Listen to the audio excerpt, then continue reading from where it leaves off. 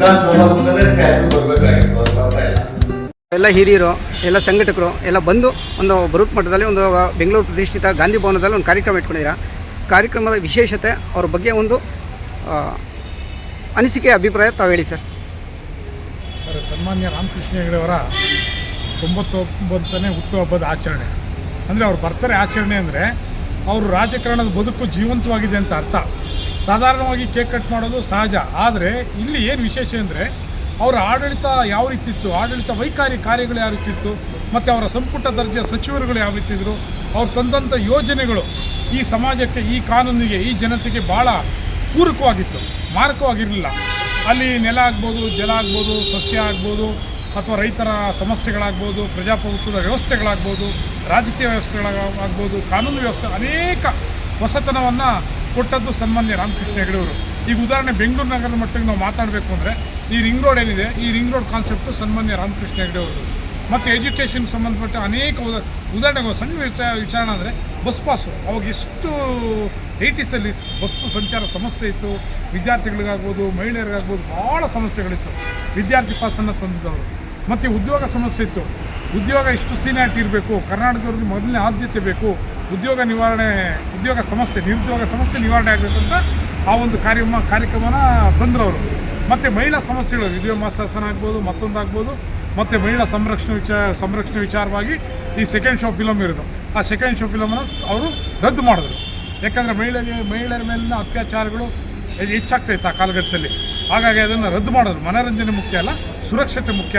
ಹಾಗಾಗಿ second show ಬೇಡ ಅಂತೇಳಿ ರದ್ದು ಮಾಡಿದ್ರು. ಇನ್ನು ಕಾರ್ಮಿಕರ ವಿಚಾರಗಳಾಗ್ಬೋದು, ರೈತ ವಿಚಾರಗಳು, ಜನಸಾಮಾನ್ಯರ ವಿಚಾರಗಳು, ಸಮಾಜದಲ್ಲಿ ಓಡಾಡಲಿಕ್ಕೆ ಕಷ್ಟ ಆಗ್ತಾ ಇದ್ದಾಗ ಅನೇಕ ಉದಾಹರಣೆಗಳಿದೆ. ಬೆಂಗಳೂರು ನಗರದಲ್ಲಿ ಅನೇಕ ಏರಿಯಾಗಳಿದೆ, ಹೆಣ್ಮಕ್ಳು ಓಡಾಡೋಕ್ಕಾಗ್ತಾಯಿಲ್ಲ, ಗಂಡು ಮಕ್ಕಳು ಓಡಾಡೋಕ್ಕಾಗ್ತಾಯಿಲ್ಲ, ಅಷ್ಟು ರೌಡಿಸಮ್ ಇತ್ತು ಬೆಂಗಳೂರು ನಗರದಲ್ಲಿ. ಅವ್ರನ್ನೆಲ್ಲ ಮಟ್ಟ ಹಾಕಿದ್ರು. ಕಂಡಲ್ಲಿ ಗುಂಡಿ ಕೇಳಿದಂಥ ಗಂಡೆದೆಯ ಏಕೈಕ ರಾಜಕಾರಣಿ ಅಂದರೆ ಅದು ಸನ್ಮಾನ್ಯ ರಾಮಕೃಷ್ಣ ಹೆಗಡೆ ಅಂತ ಹೇಳೋದನ್ನ ಇಷ್ಟಪಡ್ತೇನೆ. ಇನ್ನು ಸಾಮಾಜಿಕ ವ್ಯವಸ್ಥೆಯಲ್ಲಿ ಯಾವ ರೀತಿ ಇರಬೇಕು, ಸಮಾಜ ಅಂದ್ರೇನು, ಉದ್ಯೋಗ ಅಂದ್ರೇನು, ರಾಜಕಾರಣ ಅಂದ್ರೇನು, ಈ ರಾಜಕಾರಣದಲ್ಲಿ ಪಾರದರ್ಶಕತೆ ಯಾವ ರೀತಿ ಇರಬೇಕು, ಪ್ರಾಮಾಣಿಕತೆ ಯಾವ ರೀತಿ ಇರಬೇಕು, ಯಾವ ರೀತಿ ಜನರಿಗೆ ನಾವು ಸೇವೆಯನ್ನು ಸಲ್ಲಿಸಬೇಕು ಅಂತೇಳಿ ಅವರು ಇತ್ತೀಚೆಗೆ ಕೇಳ್ಪಟ್ಟೆ. ಅವರು ಕ್ಲಾಸ್ ತೊಗೊಳ್ತಾ ಇದ್ದಾರಂತೆ, ಮಂತ್ರಿಗಳೇ ಸಹೋದ್ಯೋಗಿಗಳಿಗೆ ಕ್ಲಾಸ್ ತೊಗೊಂಡು ಈ ರೀತಿ ಇರಬೇಕು. ಮತ್ತು ಈಗ ತಾನೇ ಕೇಳಿದ ITBT ಅವರೇ ತಂದಿದ್ದು. ಫಸ್ಟ್ ಎಲೆಕ್ಟ್ರಾನಿಕ್ ಸಿಟಿ ಅಂತ ಮಾಡಿದ್ದೆ ಅವರು. ನಂತರ ಇನ್ನೊಂದು ಭಾಳ ಮುಖ್ಯವಾದ, ಒಬ್ಬೊಬ್ಬರು ಸಹ ಒಂದೊಂದು ಸಾಧನೆಯನ್ನು ಮಾಡಿದ್ದಾರೆ ಸಂಪುಟದಲ್ಲಿ. ನೀರು ಸಾಬ್ ಇರ್ಬೋದು, ಅವರಿಗೆ ನಿಜ ಸಂಬಂಧ ಯಾರಿಗೂ ಅರ್ಥಾಗಲ್ಲ. ನೀರು ಸಾಬ್ ಅಂದ್ರೆ ಅರ್ಥ ಆಗೋದು.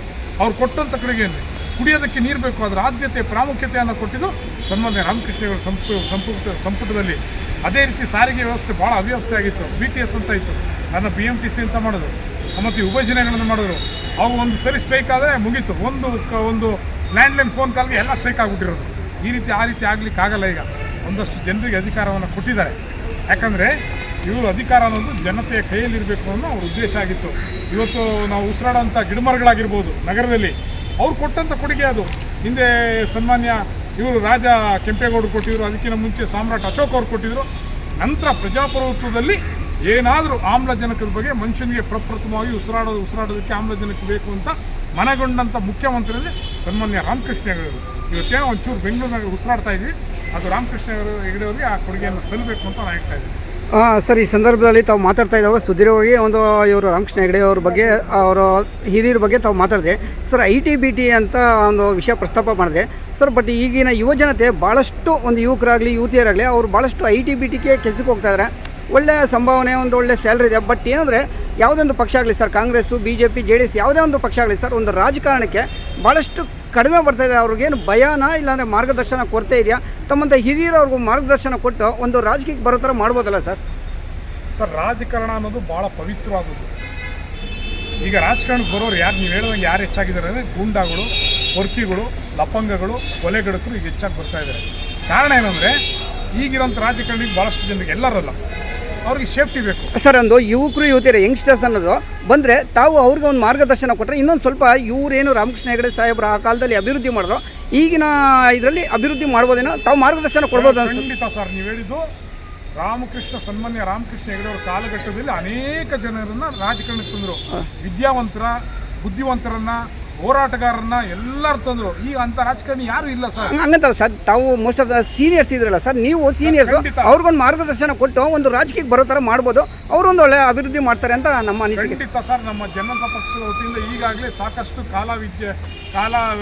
ಕಾಲೇಜಿನ ವಿದ್ಯಾರ್ಥಿಗಳಿಗೆ ಸಾಕಷ್ಟು ತಿಳುವಳಿಕೆಯನ್ನು ಕೊಟ್ಟಿದ್ದೀವಿ, ಆಸಕ್ತಿ ಇದೆ. ಈಗ ಸಾಕಷ್ಟು ಅಭ್ಯರ್ಥಿಗಳನ್ನು ನಾವು ಅಭಿವೃದ್ಧಿಪಡಿಸಿದ್ದೀವಿ. ಚುನಾವಣೆಗೆ ಮುಂಬರುವಂಥ BBM ಚುನಾವಣೆ ಆಗ್ಬೋದು, ಮತ್ತೊಂದು ಆಗ್ಬೋದು, ಅವ್ರಿಗೆ ಹೇಳಿದ್ದೀವಿ, ಬರೀ ನಾವು IT-BT ಎಲ್ಲ ಉದ್ಯೋಗ ಅಲ್ಲ, ಇದು ಒಂದು ಪಾರ್ಟ್ ಆಫ್ ದಿ ಲೈಫ್ ಆಗಬೇಕು. ರಾಜಕಾರಣ ಅನ್ನೋದು ಒಂದು ಪಾರ್ಟ್ ಆಫ್ ದಿ ಲೈಫ್ ಆಗಬೇಕು, ಒಂದು ಸೇವೆ ಆಗಬೇಕು, ಒಂದು ಸೇವೆಯನ್ನು ಸಲ್ಲಿಸಬೇಕು. ಇವತ್ತು ಹೆಚ್ಚು ತಿಳುವಳಿಕೆ ಇರುವಂಥ ರಾಜಕಾರಣಕ್ಕೆ ಬರಬೇಕು. ಉದಾಹರಣೆ ಹೇಳ್ತೀನಿ, ಈಗ ಓಸೋ ಗುರೂಜಿ ಹೇಳ್ತಾರೆ, ರಜನೀಶ್ ಗುರೂಜಿ ಹೇಳ್ತಾರೆ, ಮೆರಿಟೋಕ್ರಸಿ. ಏನು ಮೆರಿಟೋಕ್ರಸಿ? ಅರ್ಹತಾ ಪ್ರಭುತ್ವ. ಉದಾಹರಣೆಗೆ ಒಬ್ಬ ಆರೋಗ್ಯ ಸಚಿವ ಅಂದರೆ ಅವ್ನು MBBS ಡಾಕ್ಟರ್ ಆಗಿರಬೇಕು, ಅದ್ರ ಬಗ್ಗೆ ಅವ್ನಿಗೆ ಗೊತ್ತಿರಬೇಕು, ಅವನಿಗೆ ತಿಳುವಳಿಕೆ ಇರಬೇಕು. ಅಂಥ ಅಭ್ಯರ್ಥಿಗಳನ್ನು ನಾವು ಆಯ್ಕೆ ಮಾಡಬೇಕು. ಈಗ ಡಾಕ್ಟರ್ಸ್ ಇರೋರನ್ನ, ಅಥವಾ ಇಂಜಿನಿಯರ್ ಅಂದರೆ ಮೆಕ್ಯಾನಿಕಲ್ ಇಂಜಿನಿಯರ್, ಆಟೋಮೊಬೈಲ್ ಇಂಜಿನಿಯರು, ಅಥವಾ ಸಿವಿಲ್ ಇಂಜಿನಿಯರ್, ಈ ಥರದವರೆಲ್ಲ ರಾಜಕಾರಣ ತರಬೇಕು. ಈಗ ರೋಡ್ ಇಂಜಿನಿಯರ್ಸ್ ಇದ್ದಾರೆ, ಅವ್ರನ್ನೂ ಸಹ ನಾವು ತರಬೇಕು. ಈ ಥರ ವಿದ್ಯಾವಂತರನ್ನ ಹೆಚ್ಚಾಗಿ ತಂದಾಗ ಅವ್ರಿಗೆ ತಿಳುವಳಿಕೆ ಇರುತ್ತೆ.